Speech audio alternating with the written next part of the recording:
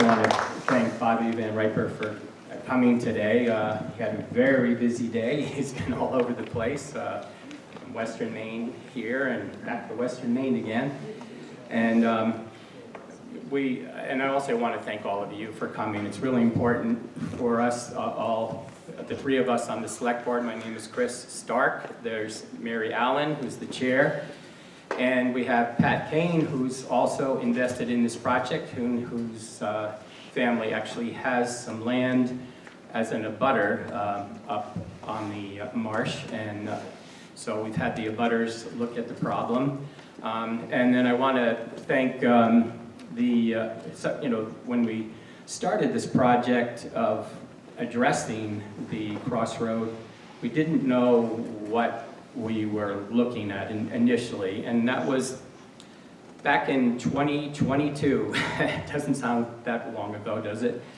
But back in 2022, the Comprehensive Plan Committee was forming, and the first activity was to pull people together within the Comprehensive Plan Committee to look at what are some of our assets and some of our possible vulnerable problem areas, and that's where it began. And with that information, we applied for a grant to do a vulnerability study, and it was climate focused with storm surge on the top of the list of where might we be vulnerable with incoming heavy precipitation events, storm surge, etc. And we did get a grant through the state of Maine in 2022, and we contracted with two environmental engineering firms, GEI, and with a Gulf of Maine Research Institute. And the first homework assignment from Gulf Research Institute was one was that we would like to train our youth as citizen scientists to start studying what's going on in our environment and how it might impact us, how it might affect our taxes, etc.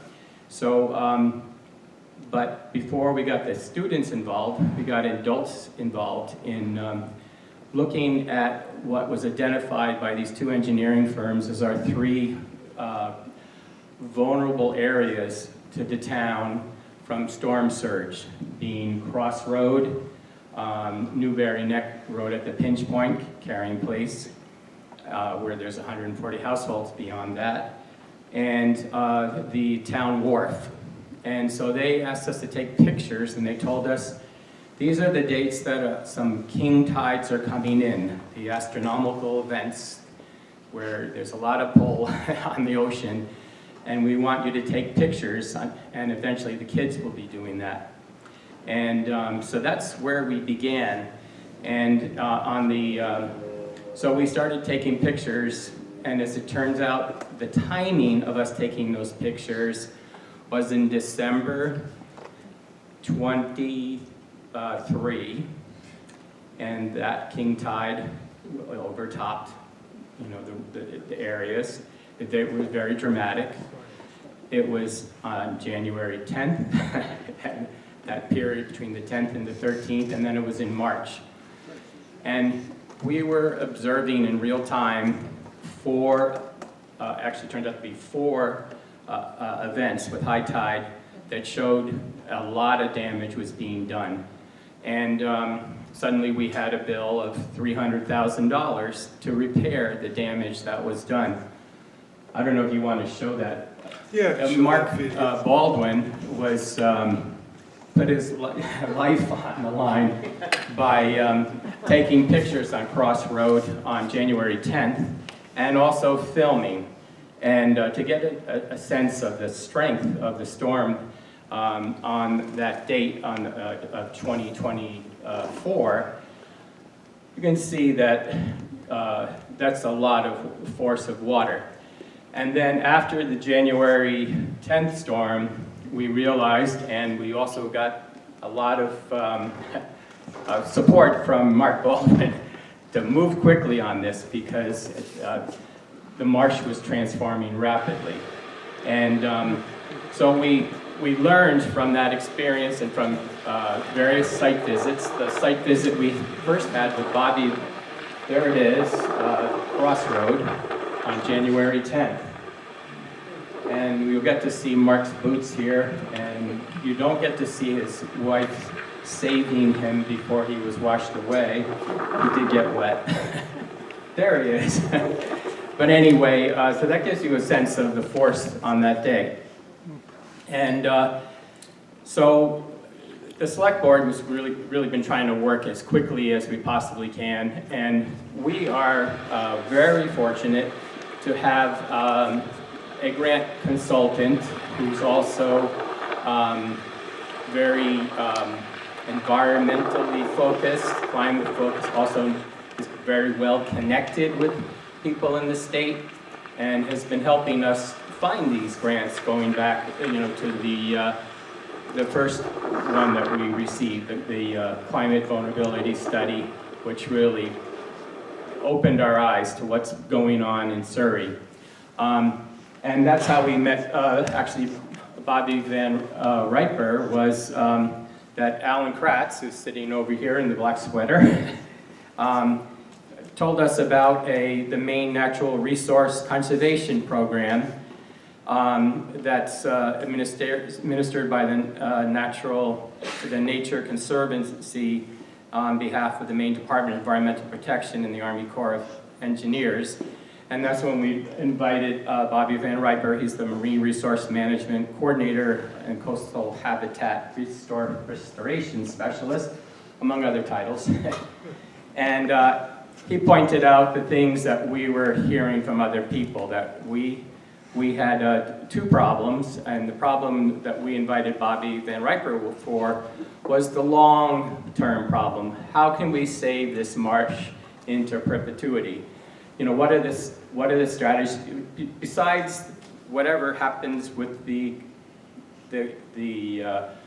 undersized culvert?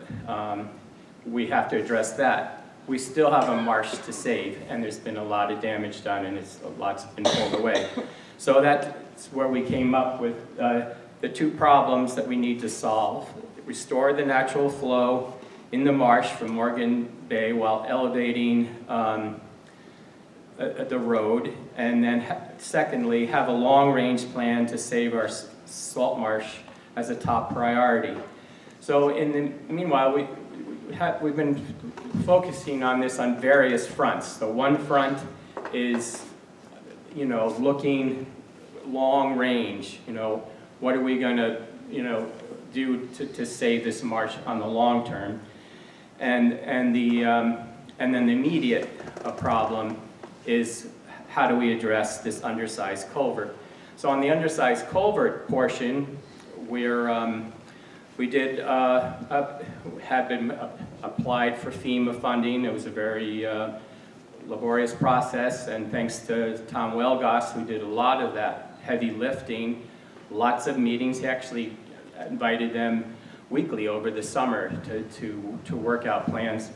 And just recently, we did get the funds to conduct an engineering study of the crossroad and the problem of the undersized culvert from MEMA. However, we have to wait for FEMA to give us the contract before we move ahead. But we do already have the request for proposal written for that grant. The total amount of that funding from MEMA, FEMA, is $63,000 for that study, and then we have a local match of $21,000.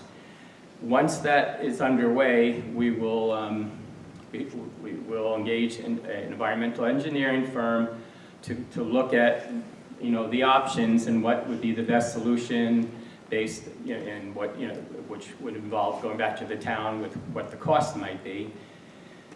But that's the step that we're at this moment with that part of the project, and it's favorable that we're going to get some very good answers. And in the meantime, we've had different people come look at the marsh. Kristen Purrier Maine natural areas. is Maine natural Areas, yeah. areas, did those studies, sediment and everything else, and the different grasses that are there that are unique to that marsh, and the berms that were caused by agriculture. So we've learned a lot about the marsh. That report, we saw the draft of it. When it's available, we'll be posting it on our town website for people to look at that information, that very detailed information. It's very interesting information. And our next step is, and Alan can correct me on some of this, is we're applying for the Maine Infrastructure Adaptation Fund, which was, those funds were frozen for 2025, so we're applying for 2026 in the hope that there won't be a freeze on these kinds of projects. And so that is our next step, which will be once we have a design, which is before March of next year, then we hope to have funding for a shovel-ready project. And leave anything out? I know there's so many. But yeah, and we're very fortunate, like I said, for Alan to pay attention to all these details and constantly look for opportunities for us to solve this problem on many fronts. And we know how important the marsh is. It's, as a nursery and an incredible resource. And we have people in town that are also, we have marsh scientists on the Conservation Commission. We have lots of resources in town here, so we'll figure it out. And I feel like we're very fortunate. The Conservation Commission has really taken the lead in addressing the Saltmarsh as well as the Emerton Heath, another valuable natural resource. So the more people we have on board and the more people say, yes, we need to fix this, the more likely it is that we'll have success at this. And that's it. Could I throw one thing out? Chris, this is strictly amateur. I talked to Dugas. Dugas says the biggest box culvert they can get down there, and it's practical, is 32 feet. 2 of them cover that, or 1, okay. Yeah. I just asked, could you guys engineer it and put it in? And how much would it cost? Well, that's what the engineering study does, and I think one thing that Bobby Van Riker said at the meeting in October was, you can't do any mitigation strategies without permitting, without DEP approval. So we can't just call Dugas to come and throw a culvert together and hope it works. We have to put something in there that's scientifically proven to work. Hey, Chris, I don't want to be argumentative. Yeah. As you know, I'm not argumentative. Yeah, I know. You're passionate about saving the marsh, and I really appreciate that. I don't remember her name, the DEP person who was on the bridge there, who said, in a case like this, it's bulletproof. This is priority. This permitting is not a problem. She said it's things like this, they're regularly expedited. Well, remember what I just said? You want to take this? Sure. Yeah. Remember what I said before about the discussions I'm having with them now? Yeah. If we do this right, that if you say we want to fix the wetland, then your permitting's got a lot easier. And she was right. You can't do any of this stuff without a permit. But most of the permitting system, I'm not going to say it out loud, but it's sort of a database of what's going on. I've seen places. I worked for DOT, and they were kept hardcore. You'll do exactly what that permit says. But I've seen lots of places in the private world where there's some real junk going on, and they got a permit to do it. They got a permit to put in a 10-foot pipe. They put in a 3-footer. Yeah. So. So I just to show you the whirlpool. We learned, you mentioned that when you see the whirlpool action in front of a culvert, you've got a problem. Was it Birch Harbor where they had that situation, and then they had a heavy precipitation event, and the whole culvert blew out, cost the town just under $1 million, so they couldn't get FEMA funds, so they had to pay out of their own pockets. So we want to avoid that situation with any kind of culvert that goes in there. It requires energy to form a whirlpool. It requires more energy than just flowing water. Water flows in sheets and then it gets turbulent at a certain speed. Well, that's well beyond turbulence, right? Thank you.